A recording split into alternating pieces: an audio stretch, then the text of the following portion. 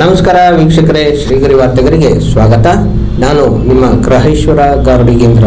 ದಿನಾಂಕ ಮಾರ್ಚ್ 15, 2025ರಂದು ಮೈಸೂರು ನಗರಕ್ಕೆ ಆಗಮಿಸಿದ ಧಾರ್ಮಿಕ ಗುರು ದಿವಾನ್ ಸಾಹೇಬ್ ಮಾದಾಸಿಂಗ್ಜಿ ಅವರನ್ನು ಹಳ್ಳದಕೇರಿಯಲ್ಲಿರುವ ಕರ್ನಾಟಕ ಸಿರ್ವಿ ಸಮಾಜ ನೇತೃತ್ವದಲ್ಲಿ ಮಹಿಳೆಯರು ತಲೆಯ ಮೇಲೆ ಮಡಿಕೆಗಳನ್ನು ಹೊತ್ತುಕೊಂಡು ಶುಭಗೀತೆಗಳನ್ನು ಹಾಡುತ್ತಾ ಸ್ವಾಗತಿಸಿದರು. ನಂತರ ಬೃಹತ್ ಜನ ಸಮೂಹದೊಂದಿಗೆ ವರ್ಗೋಡವನ್ನು ಹೊರಗೆ ಕರೆದೊಯ್ದು ಖೇರ್ ಮಂಡಲದ ಸದಸ್ಯರು ತಮ್ಮ ಸಾಂಪ್ರದಾಯಿಕ ವೇಷಭೂಷಣಗಳನ್ನು ಧರಿಸಿ ಡ್ರಮ್ಗಳ ಬಡಿತಕ್ಕೆ ನೃತ್ಯ ಮಾಡುತ್ತಾ ರಥದ ಮುಂದೆ ನಡೆದು ಆಯಿಮಾತ ದೇವಸ್ಥಾನವನ್ನು ತಲುಪಿ ಆರತಿ ಮಾಡುವ ಮೂಲಕ ಪೂಜೆಯನ್ನು ಸಲ್ಲಿಸಿದರು.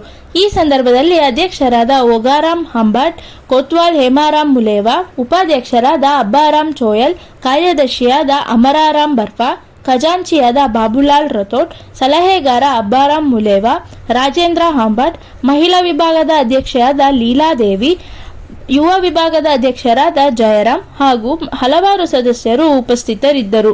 ಈ ಸಮಾರಂಭವನ್ನು ಭೈರಾರಾಮ್ ಸೋಲಂಕಿ ಮತ್ತು ಮಂಗಳಾರಾಮ್ ಕಾಗ್ ನಿರ್ವಹಿಸಿದರು.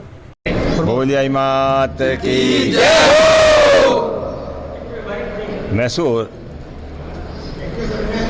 एक ऐतिहासिक स्थान सिर्फ इतिहास में ही नहीं है.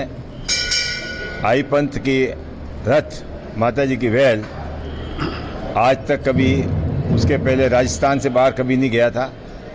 मैसूर में उस टाइम जब प्रतिष्ठा होनी थी तब यहाँ के लोगों को सबको बड़ी उत्सुकता थी कि माता जी के वेल जो कि जिसमें माता जी साक्षात विराजे हैं उसका पधारना दक्षिण भारत में हो. और पिछले 500 साल के इतिहास में पहली बार माता जी का रथ 2 ट्रकों में, एक ट्रक में माता जी रथ आ गया, एक ट्रक में बैल आ गए. और मैसूर से वो इतिहास जो शुरू हुआ और माता जी के पग का दक्षिण भारत में फेरा शुरू हुआ, तो जो बिल्कुल मामूली स्थिति में थे उसके बाद तो जैसे कोई हवाई जहाज की स्पीड आई हो उस तरह का गति पकड़ ली.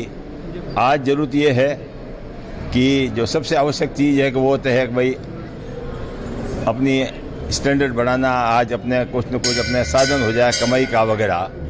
और दूसरा आता है अब कि संस्कार कैसे रहे. तो जिस तरह से बच्चों को पढ़ाना हो तो स्कूल की ज़रूरत है, तो धार्मिक संस्कार के लिए ज़रूरत है आज धर्मस्थलों की, धर्म गुरुओं की, ताकि वो अपने आज तो पहले जैसे गाड़ी रवाना होती है पहले फर्स्ट गियर में एक बलेपेट में बड़ेर थी, एक मैसूर में थी, पूरा इलाका वो भावना एक जड़ तो यहाँ जम गई.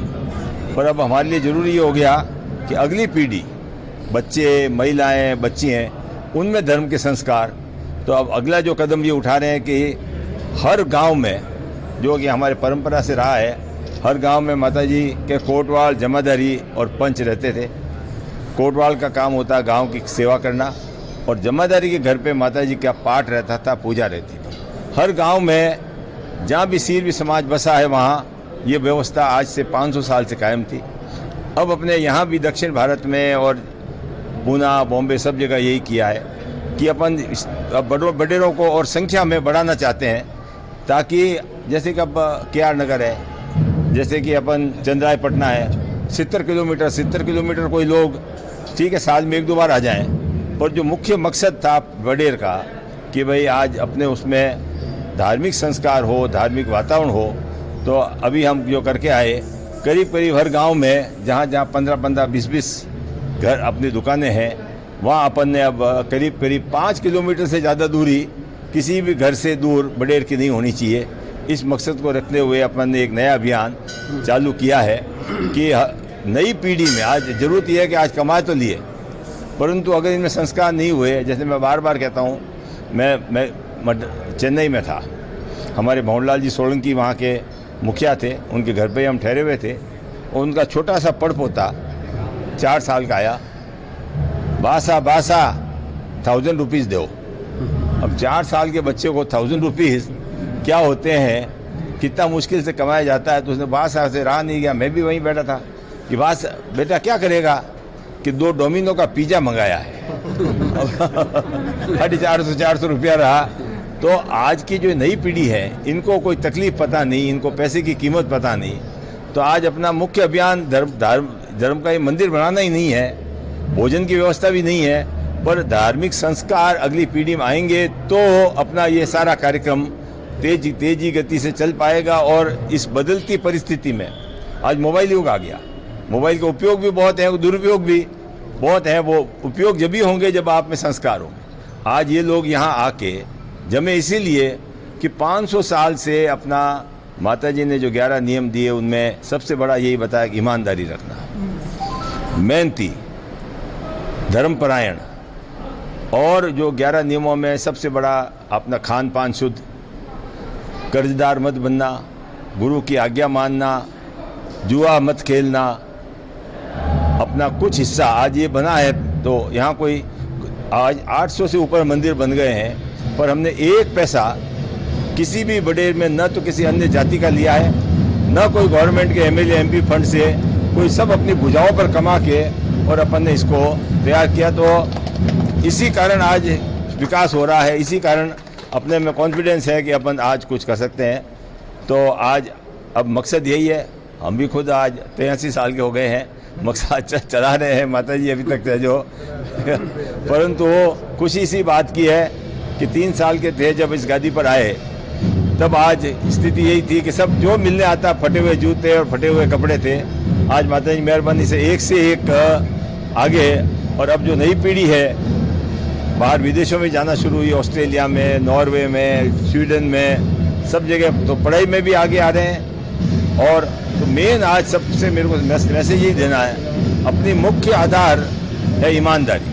माता जी बताइए 11 नाम में पहला ईमानदारी, खान पान शुद्ध, आचरण शुद्ध, तो अपने आप सब काम हो जाएगा। इसीलिए आप सबसे निवेदन है कि माता जी ने जो आदेश दिए हैं उसकी पालना करोगे तो आप और आपकी औलाद सब सुधर जाएंगे।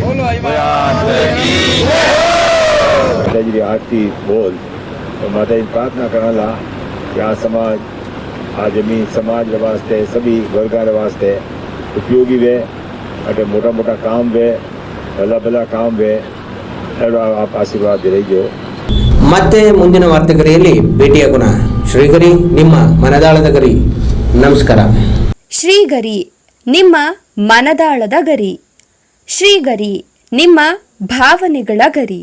ಶ್ರೀಗರಿ ನಾಡಿನ ಹೆಮ್ಮೆಯ ಗರಿ.